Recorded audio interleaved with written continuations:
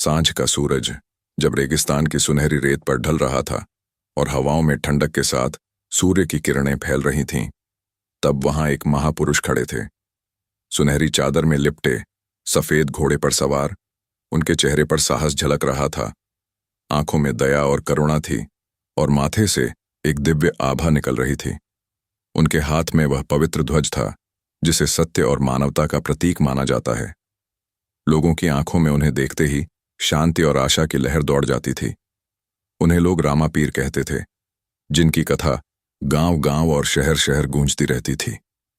एक रात जब भीषण आंधी तूफान ने रेगिस्तान को अपनी लपेट में ले लिया और राह चलते इंसान अकेला पड़ गया, तब रामापीर ने अपने घोड़े को संभाला और एक छोटे से गांव पहुंचे।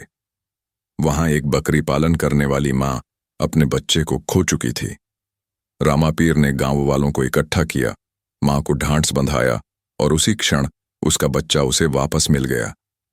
यह छोटा सा चमत्कार गांव में शांति और भाईचारे का कारण बन गया। उनकी लीलाओं के रंग अनगिनत थे। कभी उन्होंने बेबस और लाचार की मदद की, तो कभी रास्ते में हिंदू, मुस्लिम, सिख सभी के साथ बैठकर मां की सेवा का संदेश दिया।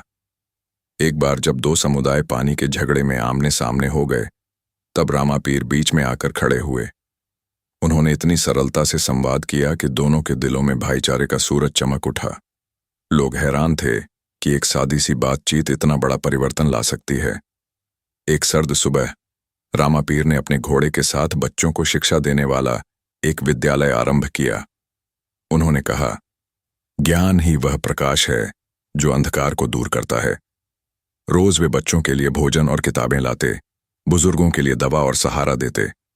उनके उपकार शब्दों में समाना कठिन था, क्योंकि हर कार्य उनके हृदय की सच्चाई का प्रतीक था।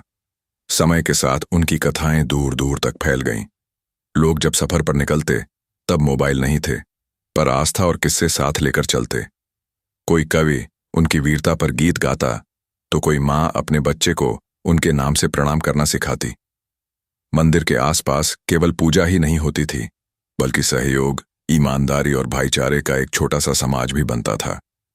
एक दिन जब एक बड़ा काफिला आया, तो रामापीर अपने घोड़े से उतरकर सबके साथ एक ही पंक्ति में बैठकर भोजन करने लगे। खाते समय उन्होंने कहा, जो भी हमारे पास आए उसका दिल साफ रखो और दूसरों के दुख को अपना दुख समझो। उनकी आवाज इतनी कोमल पर मजबूत थी कि हर किसी के दिल में उतर गई। उसी रात आकाश तारों से चमक उठा और लोग विश्वास करने लगे कि यदि हर कार्य प्रेम और ईमानदारी से किया जाए तो संसार अवश्य बेहतर बन सकता है। उनके जीवन का सबसे बड़ा संदेश था सादगी और मानवता। लोग शादी और मांगलिक अवसरों पर उनका आशीर्वाद लेते, पर कई लोग केवल उनके पास शांति पाने आते।